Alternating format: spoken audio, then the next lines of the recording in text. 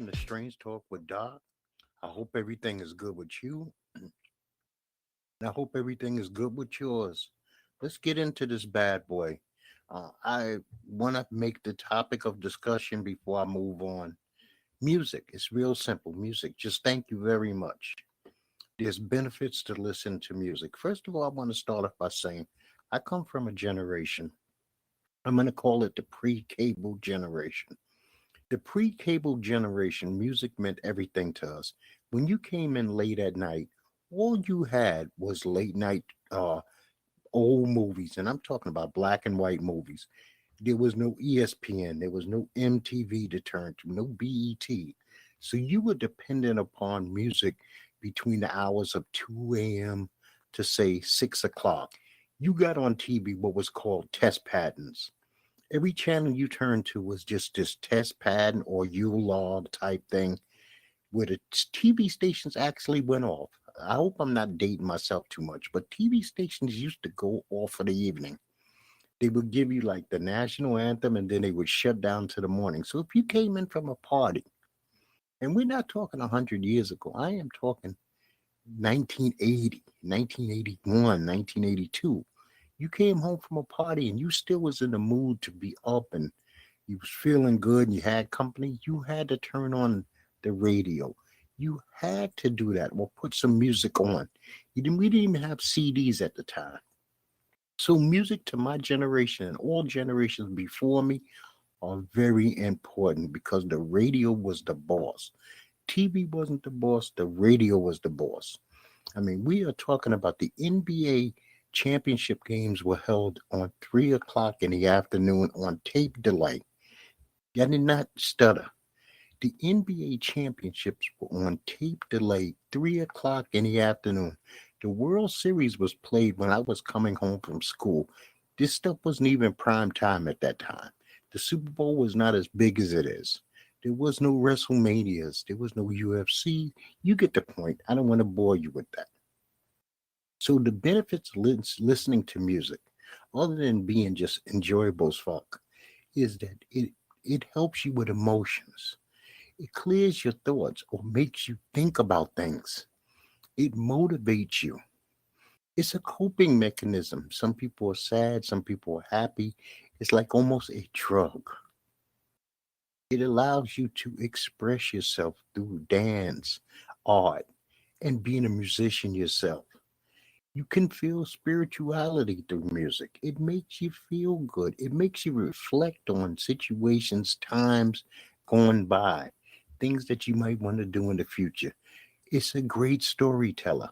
If you have the time to sit down and listen to your artists as they're performing and they're doing their song, their rap, or whatever the form of music might be, there might be a great story that they tell you.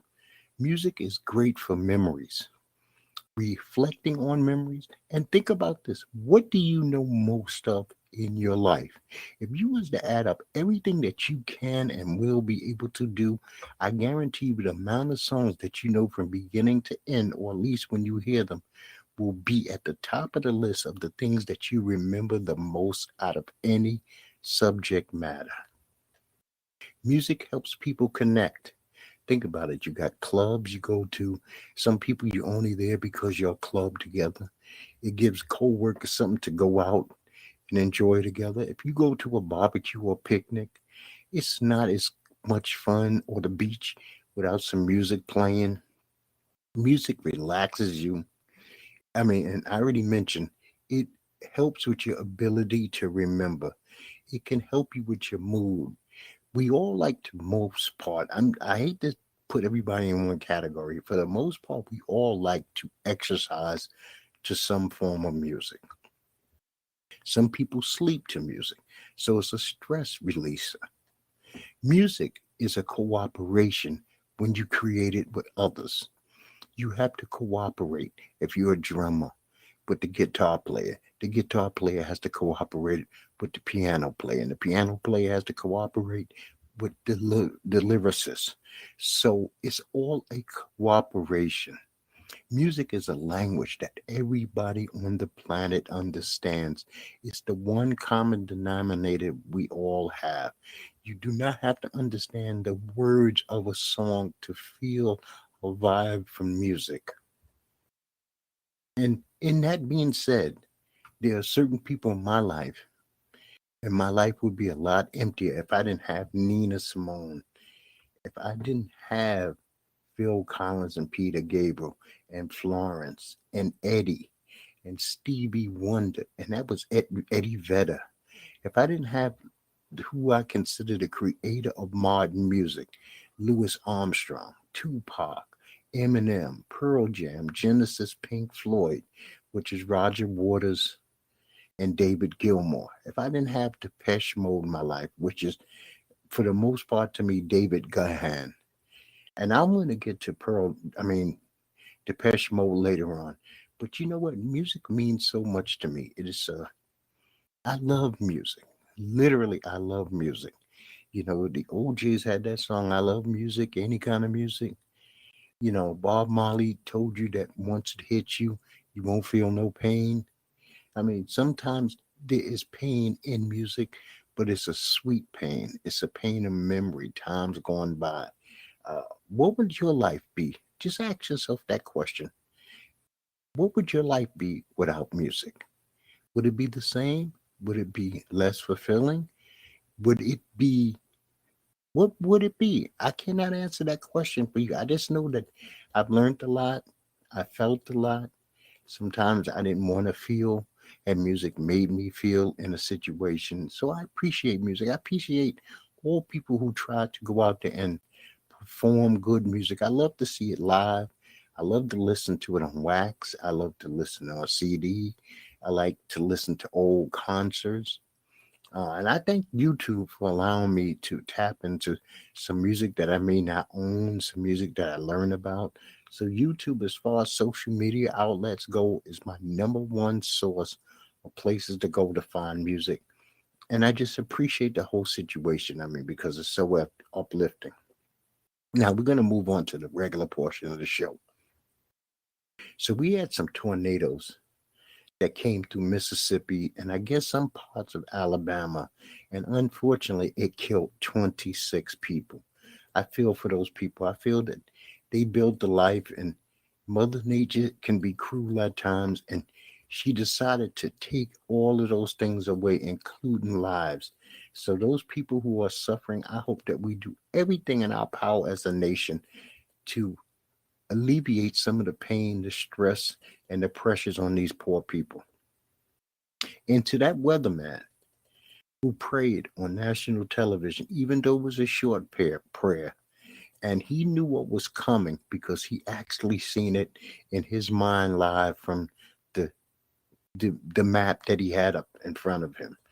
I appreciate the fact that he had empathy for other human beings and he didn't just talk about something else or send it off to someone else, that he was actually a human in that situation. And to that weatherman, I apologize for not knowing your name, sir, but you are appreciated. It did not go unnoticed to the people who watched. Willis Reed, the captain of the New York Knicks and a Hall of Famer, two-time NBA champion, has died at the age of 80. Everybody knows Willis Reed. He has one of the most iconic moments in the history of basketball, a sport that's been around, I say, 75 to 80 years. When he limped out on the court for the I believe it was the 73 Knicks, it was, or the 1970 Knicks, it was the most amazing thing. It motivated that crowd. It motivated Walt Clyde Frazier, to have one of the greatest game sevens in the history of the NBA.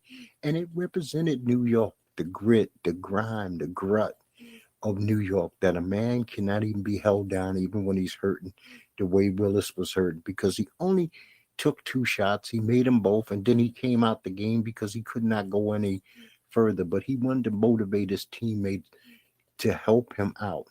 He went on to also being, I believe, the coach and the president of the Knicks. That didn't end up as well. But I'm not here to just put any disparagement on the man's name. I just say rest in peace to Mr. Willis Reed. So we had a week of Trump, Donald Trump, former president of the United States, former 45th president of the United States, Donald Trump. I'm going to be arrested this day. That day came, didn't happen.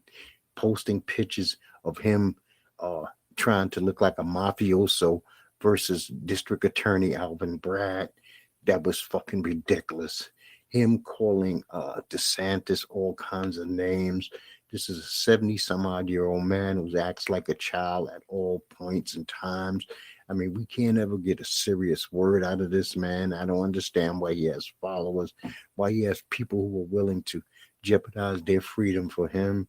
I mean, he talked about death and destruction against other human beings. I mean, I wish that this indictment comes down and it comes down fast, hard, and let's move on from this situation. We need to move on from Trump or let him run up against DeSantis and let the Republicans show this country who they are. So some powder, some white powder was sent to Manhattan District Attorney Alvin Bragg, who is investigating Trump, right? This is ridiculous. I mean, this man should not be getting death threats for doing his job. He is paid to do a job, and then people get angry when he goes about the business of trying to do his job. Have I been happy with Alvin Bragg and how he has handled crime in New York City? No, I'm not going to say that. But am I going to compare apples to oranges in this situation? No, I'm not going to do that either. He has an opportunity to straighten up a situation against the former president, and that's his responsibility to do so. When you have somebody you don't like, and a prosecutor is bringing them up on charges, do you get mad at them for doing their job? So why are you getting mad at this man for doing his job? Don't always make a comparison between one thing and the next thing. It certain situations don't add up to other situations. It just doesn't make sense. So this damn Trump, we talked about this, I believe. He wanted his 74 million supporters to sign a petition against his arrest, right? And then if he also on the same petition, he was asking for anywhere from $24 to $3,300. So this dude takes a situation that's bad. He turns it into a scam. He turns it into a scheme. He turns it into some form of Ponzi by telling people that he can give them 1,500% uh, return on their money. Who can promise you that? How is that even legal to make a statement like that to the general public? I mean, they're not buying a product or a service.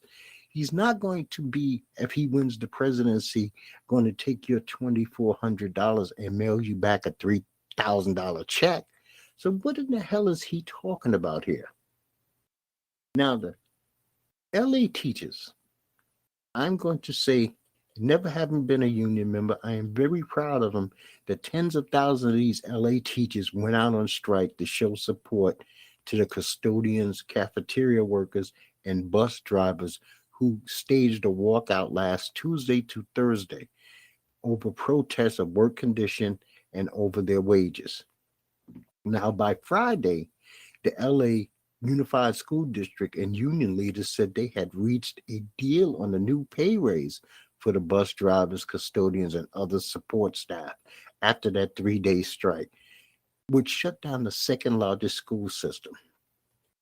There's always a victim when schools shut down, and the victims are the poor kids, the kids who actually rely 5 days a week on eating breakfast and lunch in a cafeteria at a school. And then they don't know how they're going to put food in their belly those 5 days when these schools are shut down. I feel bad for those kids. I feel horrible for those kids. I think that we should allow, when situations like that, I don't know what to do because I'm not a member of politics or anything like that, but we have to make a means in a way that no children in this country should go hungry. No child should ever have to wonder if they're going to put something in their belly before they go to bed at night. It's just not fair. It's just not right. And I know there's no fair and there's no 100% right for this world, but I hate when children suffer. And I am glad for those teachers. And I'm glad that they got their money, and I knew that they had to do what they had to do to go about getting that money. But it's just sad that children had to suffer for 3 days. And you know they did. There's some of them who just don't have nothing, man. They don't even have a ramen noodle in the house. And their parents send them off to these schools and say, take care of my children because I'm not doing a good job myself. So we had Tekashi 6ix9ine.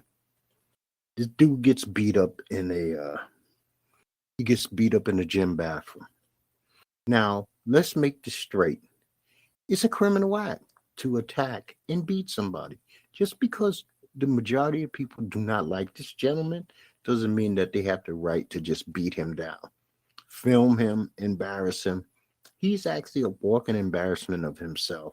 I think that this dude needs a lot of growing up to do.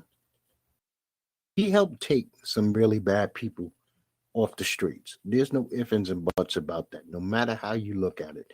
Now, am I with snitching? No, I'm not with snitching. But there's certain situations in life which are not fall under the capacity or term of snitching. Should he do 30 years for crimes that he did not commit? Probably not. I mean, should he have been associated with the type of people who were doing the type of crimes that they got convicted of? We know the answer to that already is no. Now you make your bed, you lie in it. And the street code is bullshit. And I've talked about that on other shows. You got so many rats running around the street. You got so many rats who are in members of gangs every day. And that includes the mafia. And people are out and free to do some of the things they do because they are informants, because they are rats. And some of these people are known rats. And the comparison that Tekashi got beat up, but George Zimmerman didn't get touched is stupid. I mean, that's apples and oranges once again. I mean, and for those people who are so concerned about George Zimmerman when Tekashi got beat up, why can't they get on a bus, a train, a plane, or get in their fucking car and go down to Florida and confront George Zimmerman? No, they like talking on social media. They're not gonna do shit. They're never gonna do shit. They walk by George Zimmerman tomorrow and won't do shit. So it's fake to even bring his name up when somebody else gets hurt, and they always have to say, well, he's walking around. Then what are you doing about it? Not that I'm asking you to go out and do anything about it, but what are you doing about it if you're one of those fucking idiots who bring this kind of shit up? You don't make sense. You don't make sense. I'm just hoping that this young man takes this beating, and I'm sure this is not the first beating that he's taken, that it helps him to grow, that it helps him to say some of the things that need to be said.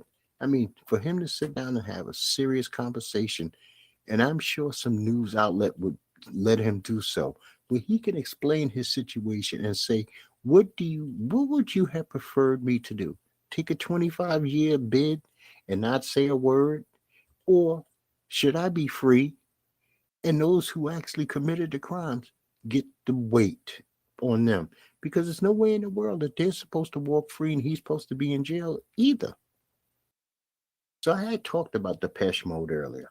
I actually listened to Depeche's Mode new album. It's called Memento Mori, which in Latin means we all must die. This I thought was a very good album. It's a darker album. This is not a Depeche Mode that you're going to hear in a club or a party or even a bar or anything like that. But this was steady. David's voice sound good. And here's some of the highlight songs that I think were on there. Ghost again is fantastic. Don't Say You Love Me. Carolyn's Monkey. Before We Drown. People Are Good. And Speak to Me. These are the outstanding songs on this album. I highly recommend Memento Mori. Once again, Ghost again. Don't Say You Love Me. Carolyn's Monkey. Before We Drown. People Are Good. And Speak to Me. Now, I also watched this documentary. I guess it's from 2015. I didn't even know this thing existed until like 2 days ago. It's 8 episodes. I guess this was an A&E documentary. It's called The Making of the Mob, New York. It's a documentary, but acted out dramatically. Not a lot of dialogue, but you also had actors while you had people chiming in from the sideline. It was very good. It talked about a lot of the myths and bullshit that we were taught due to the Godfather about the American mob and them not being involved with prostitution, them not being involved with drug trafficking, when we know that they made the most of their money off drug trafficking and human trafficking. And that's just the way it is. And they also show you that there were plenty of rats, there were plenty of turncoats, there was really no code. They were not men, uh, gentlemanly men or good fellas, if you will. So we had a lot of sports this weekend. We had the NCAA women, and we are down to the final four. Well, we're down to almost the final four. In the final four is Iowa and LSU. Tonight, you got South Carolina, the defending champions, versus Maryland, and you got Ohio State versus Virginia Tech. The winner of those two games will join Iowa and LSU. LSU is a very good team. The chick Reese on that team is very good. The chick on Iowa, I believe, what is this young lady's name? Caitlin. She is outstanding. I look forward to seeing Reese and Caitlin in the WNBA in years to come. The NCAA men's have been crazy. San Diego State knocked off number one Alabama. Alabama could have did itself a favor by sitting Brandon Miller and his problems down, because it really in the long run didn't help him. It didn't help them and it didn't help him. He was scoreless in the first game. He scored 19 in the second game. And in the third game, he lost to San Diego State. Miami then knocked off another number one in Houston. And this was the first time the Elite Eight had no number one teams. Not one number one team made it to the Elite Eight. Now, Creighton made it through to the Elite Eight for the first time in their history. Florida Atlantic made it through to the Elite Eight for the first time in their history. Now, the Final Four, for the first time since 1970, will have three teams making their first appearance. The U, Miami University, San Diego State, and Florida Atlantic all will be making their first appearances in the Final Four, and they add in UConn, and that makes up your Final Four. Now, Saturday, Miami is going to play UConn. Florida Atlantic is going to play San Diego State. So we know that we're going to have Florida Atlantic or San Diego State in the men's NCAA finals. And the possibility that they play against Miami is great also. I mean, this could be the weirdest final of all times. And I mean, I bet you didn't have that in your brackets. I damn sure didn't have this in my brackets. So we finished up the World Baseball Classic. Shoshone Ohtani, he beat the United States, and Japan won their third title. Tiani was the MVP. This dude, to be a good pitcher and a great hitter, is amazing. To have so much talent in one human being, where he is good on both sides of that plate, is amazing. I mean, we don't have an American like that. I mean, I really don't know of anybody in my time who's ever done what he does. So we got a lot of wrestling coming up. And Andy Kaufman's going to be inducted into the WWE class of 2023 Hall of Fame. My thing with Andy Kaufman is this. Andy Kaufman put Memphis for a lot of the country on the map. He put Jerry the King Lawler for a lot of people who had never heard of him on the map. Did Andy Kaufman add to the legacy of professional wrestling? Yes, he did. He was in a hot angle for a minute. WWE didn't want to really touch that male versus female thing. Jerry knew how to play it. Jerry knew how to work it. So Andy got what he wanted. He got to live out his dream to be a professional wrestler for a minute. And Jerry the King Lawler got to be able to capitalize off of others' mistakes who did not see the money, the goal, the sellouts, and ass and seats that he saw. Now, before I get to WrestleMania 39, I just want to talk real briefly about Dell Technology Match Play. The final four was Rory McIlroy, Scotty Scheffler, Cam Young, and Sam Burns. Now, Sam Burns went on to win this. Rory beat Scotty Scheffler for that third place consolation match. This was one of the rare tournaments that I actually watched almost all of the golf from Wednesday, not Thursday, from Wednesday through Sunday.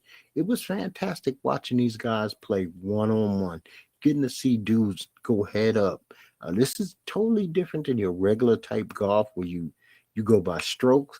This is just I need to beat you mano y mano on this one hole. Either I take the hole or you take the hole, and by 18, whoever's got the most wins. And sometimes you don't have to go to 18. I don't want to explain match play scoring to you because if you don't like golf, it's too detailed and it's not something you should be going into. But you could look it up online. I'm sure YouTube and places like that have places where they could easily explain what match play golf is. So, Tiffany Fatu, formerly known as Naomi, has confirmed that she is no longer with the WWE. Her and Sasha Banks left or walked out or whatever you want to call it last year on the WWE. And it took almost a complete year for her to confirm that, I guess, negotiations can't be met. That she's not coming back. Now, this is pro wrestling. Pro wrestling is a never say never business. Naomi goes somewhere and she's now going to be known as Tiffany. She goes somewhere and she is lights out and she's selling out and she's getting a lot of buzz online. Who says that the door does not open for her and Sasha to rejoin the WWE at a later occasion? I've seen people get supposedly banned from a wrestling company to one day re-signing with them. So this is definitely a never say never business. Now, WrestleMania is next Saturday and next Sunday. And I'm going to go through the matches and who I think and why I think they should win or what it would mean. You got Charlotte Flair versus Rhea Ripley. That's for the Women's SmackDown Championship. I think Rhea Ripley should win this match so that somebody in the Judgment Day can have some goal. It doesn't hurt Charlotte to lose to Rhea. This helps Rhea in every way, shape, and form. I don't think that people want a long run from Charlotte to begin with. Maybe Charlotte could then get into another angle.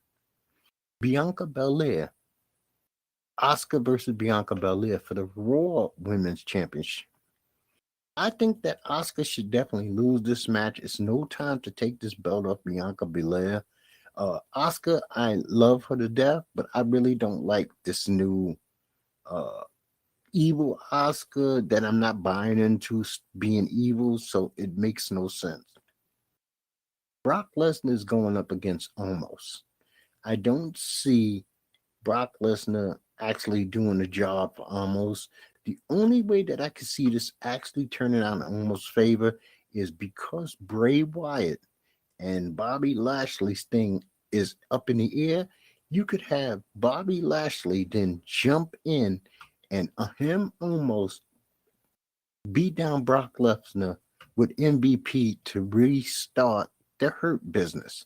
I think that would be a good turn there. Gunther is going up against Drew McIntyre and Sheamus in the triple threat for the Intercontinental Champions. I don't know, out of honor, would they just want to give Sheamus this title so that he could be a Grand Slam champion for the WWE? But if not, I would like to see Gunther retain the title. I like what he's doing. I like the way they're doing his character. I like the way he carries himself. Stiff, strong style. It's very entertaining to me. Austin Theory and John Cena are going to be kicking off WrestleMania for the United States Championship match. There is no reason for Cena to win this belt. They don't need Cena running around doing promos for whatever movie or TV show he has out there with Theory's belt and burying Theory. They should make Theory look really strong here, vindictive against John Cena for what some of the things that he said about them. This one I don't like at all. Trish Stratus, Lita, and Becky Lynch against Damage Control. And Damage Control is Bailey, Dakota Kai, and Io Sky. It's going to be a 6-woman tag team match. Now, they probably will have the legends, Trish, Lita, and Becky, win this match for the big pop.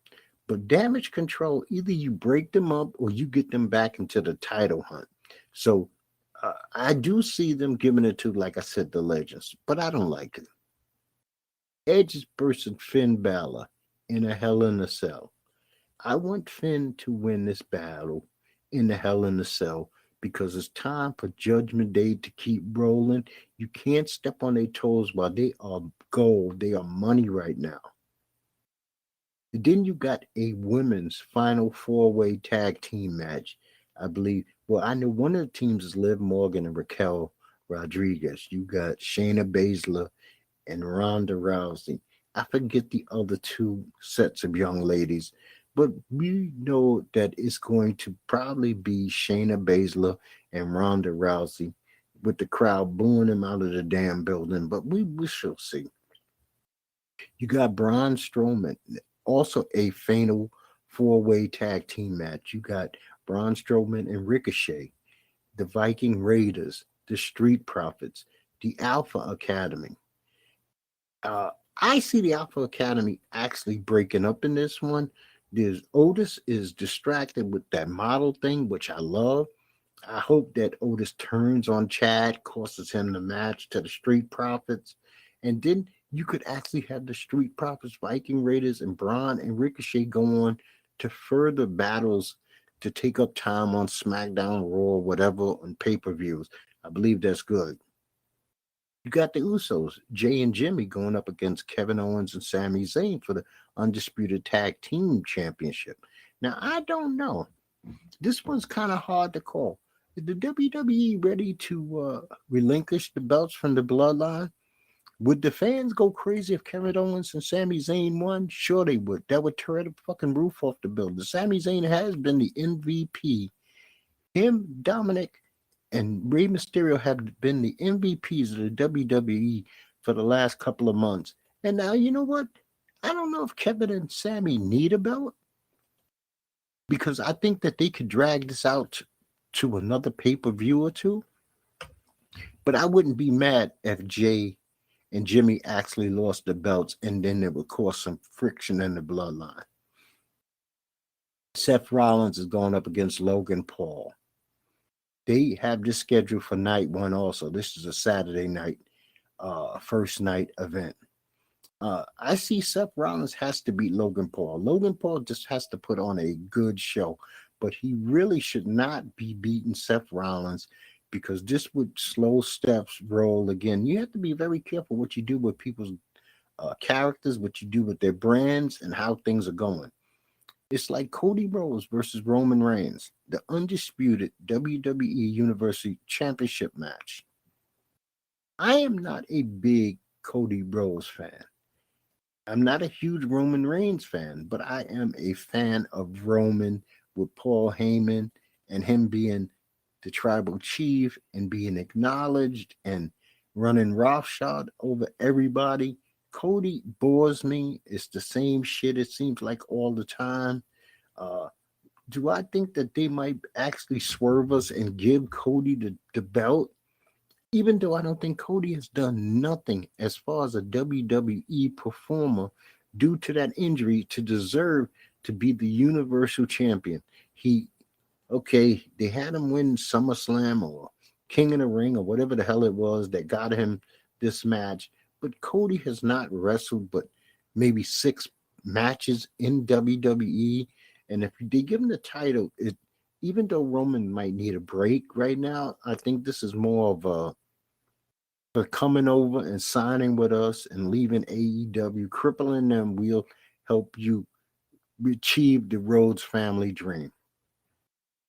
So the UFC is putting in their Hall of Fame Donald Cowboy Cerrone, Anderson the Spider Silva, Jose Aldo Jr., and Jens Little Evil Pulver.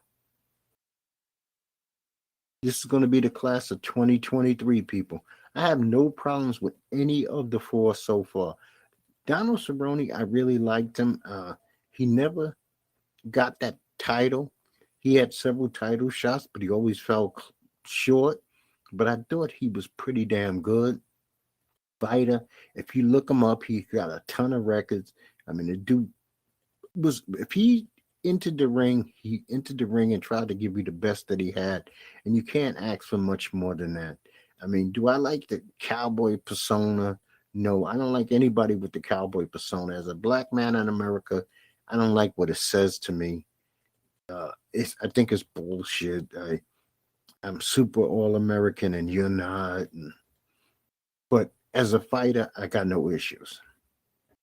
So we had a UFC fight night, and this fight night was Marlon Vera versus Corey Sandhagen. And Marlon Vera lost a split decision. I thought Marlon looked a little heavy, looked thicker than he normally does. But you know what? No problem. Macy Barber defeated Andrea Lee by split decision. I didn't really see this. I thought Andrea Lee had did enough to win this fight. And for her to lose on Dan Miragliotta's card, 3 rounds to 0, when she held Macy Barber down for over 2.5 minutes, basically the first and the second round, where Macy Barber was not getting anything off, it didn't make sense to me. You also had Holly Holmes defeat Yana Santos on this card by unanimous decision. Was this one of the better cards? No. I think, once again, 2023 has been a pretty rough year of memorable fights for the UFC. Now, in 2 weeks, they taking off next week because there's too much going on. You got the NCAA Final Four for men. You got the WWE WrestleMania. When the UFC comes back, I believe it's April 8th, it will be Alex Pereira versus Israel Alessandra 2. Pereira took Alessandra's title in the first fight. This is going to be a pay-per-view and ESPN Plus card. You're also going to have, and you know what? I like Alex to win fight too. Israel has turned me off lately. I don't like his bullshit. I don't like his lack of aggression. And Pereira is aggressive, so I'm going to go with him. Gilbert Burns is going up against Jorge Masvidal. Hopefully, Gilbert Burns will bust Jorge Masvidal's ass. If not, we're going to have to deal with Masvidal talking massive amount of shit for the longest. Kevin Holland, who's been on a seesaw, a real roller coaster, is going up against Santiago Pastananebo. We got Rob Font fighting Adrian Yezin. Cynthia Calvino is fighting Lupe Godinez. Chris Curtis is fighting Kelvin Gastelum, who I have not seen in God knows how long. Michael Chiesa is fighting Jing Ling. So this card is loaded. I mean, Chase Sherman is fighting Chris Barnett. Michelle Waterson is Luna Pajara. This is a loaded card from top to bottom. It sounds worthy of pay-per-view and ESPN Plus, and this is going to be on April the 8th or April the 7th. No, April the 6th. My goodness, Randall. So we're going to see from there how that goes. The Texans have agreed to terms with running back Delvin Singletary. Texans also picked up the tight end from the Dallas Cowboys. My Dallas Cowboys, Dalton Schultz, on a 1-year deal worth $9 million. Now, who the hell is going to be the quarterback for the Texans? They have the second pick in the draft. They look like they're looking for that little dude from Alabama. I don't know. We'll see how that goes, but at least it looks like the Texans are trying to field a better team. And the Jets signed McCole Hardman. So the Jets are trying to get wide receivers. They're trying to build up a good wide receiver core, plus having a good backfield. And we'll see where it's going with Aaron Rodgers. As you see, that I didn't spend too much time on Aaron because until Aaron does something, he's not worthy to be spoken of. Now, the NBA, these are just the games of the week, and other than that, I don't really like to talk about the NBA too much. Okay, so the NBA, we got the games of the week. Monday, you got the 76ers going up against the Nuggets. You got the Suns going up against the Jazz. And the season is getting very short, people. This is down to the wire, okay? We got the Heat going up against the Warriors. That's Tuesday. Wednesday, you got the Clippers versus the Grizzlies, who have Ja Moran back and he's balling. You got the Heat versus the Knicks. Thursday, you got the Celtics versus the Bucks. Friday, you got the Lakers, who lost yesterday on the return of LeBron James, who was back, versus the Timberwolves. You got the Nuggets versus the Suns. You got the Mavericks versus the Heat. The Clippers versus the Pelicans, still no Zion Williams. Sunday, you got the 76ers versus the Bucks. The Warriors going to Denver to play the Nuggets. The Jazz come to Brooklyn to play the Nets. And next week, the title of my show is "'Cause I Can Go Out on the Air." I'll explain that to you next week. It's just a preview. "'Cause I Can Go Out on the Air." I want you to enjoy as much music as you can. Tell me what you think about music. What does it feel like to you? You know what? Don't tell me. Tell yourself. Say thanks to some things that are outside of your own being, some things that are outside of your own control. This is Music is outside of your own being, it's outside of your own control. Sometimes it just enters into your brain waves, your heart, your feet, your hands, your hips, and you can't even stop yourself from moving. Some people can't stop themselves from crying. Some people can't stop themselves from reflecting. Music has control over human beings. It is meant to hit cores. It's meant to hit blood vessels and cells and membranes and things of that nature. And you know what?